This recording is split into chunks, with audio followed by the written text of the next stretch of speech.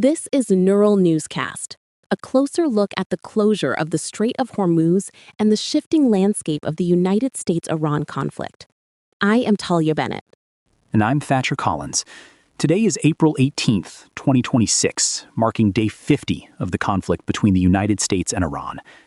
We begin with a sudden reversal in the Gulf.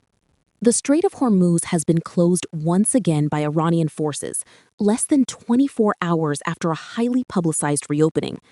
Al Jazeera reports that the closure follows a direct order from the Islamic Revolutionary Guard Corps. This move appears to be a response to the ongoing United States naval blockade of Iranian ports, which President Trump insists will remain in place until a deal is 100% complete.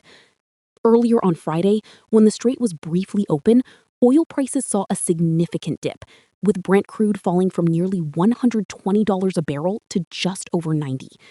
However, the latest closure and reports of Iranian gunboats firing on a tanker attempting to cross have once again injected volatility into global markets. The situation on the water is complicated by conflicting signals from Tehran and Washington.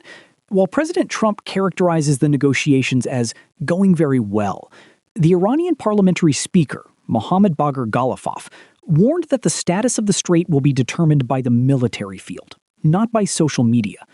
Currently, United States Central Command reports that 21 vessels have already been ordered to turn back from Iranian ports.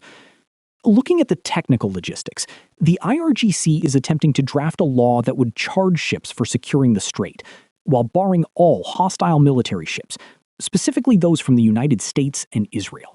While shipping companies like Boeing's defense business have seen a boost from the conflict, the humanitarian and regional toll continues to climb. Turning to Lebanon, a 10-day ceasefire has entered its second day, but its survival is in question. Reuters reports that an Israeli drone strike killed one person in southern Lebanon on Saturday, despite the truce. This comes after 50 days of heavy fighting, where the Lebanese health ministry says nearly 2,300 people have been killed since early March. The IDF remains on high alert, with Prime Minister Benjamin Netanyahu stating that the campaign to dismantle Hezbollah is not yet finished. Netanyahu's stance suggests that the Israeli military is using this pause for repositioning rather than a full withdrawal. The IDF claims it has struck over 2,600 Iranian military sites during this conflict, severely damaging the nation's arms industry. Some analysts suggest that without Chinese assistance, it could take Iran a decade to recover. It is clear, Talia, that while the ceasefire offers a reprieve for civilians, the military objectives on both sides remain largely unresolved, with the IDF focusing on the remaining rocket and drone threats from southern Lebanon. That lack of resolution extends to the diplomatic table. There is a sharp disagreement over Iran's nuclear material. President Trump told reporters that Washington would work with Iran to recover its enriched uranium, which he referred to as nuclear dust, to be moved to the United States at a leisurely pace. However, the Iranian Foreign Ministry has explicitly rejected this, stating that its stockpile will not be transferred anywhere.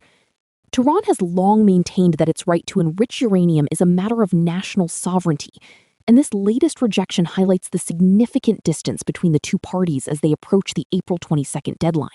It is also worth noting that the United States Treasury has extended a waiver allowing countries to purchase sanctioned Russian oil at sea until May 16th. This move is designed to stabilize global supply while the Hormuz blockade continues to disrupt typical routes. These Biden-era policies on Russian oil are being adapted by the Trump administration to prevent a total energy collapse, especially as the president continues to call NATO a paper tiger and rebuffs their offers to assist in the Gulf.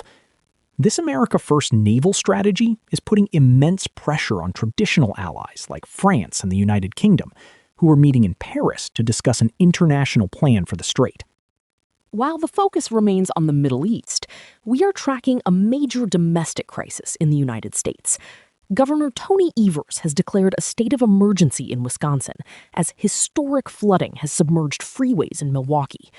Further west, confirmed tornadoes have touched down near Rochester, Minnesota.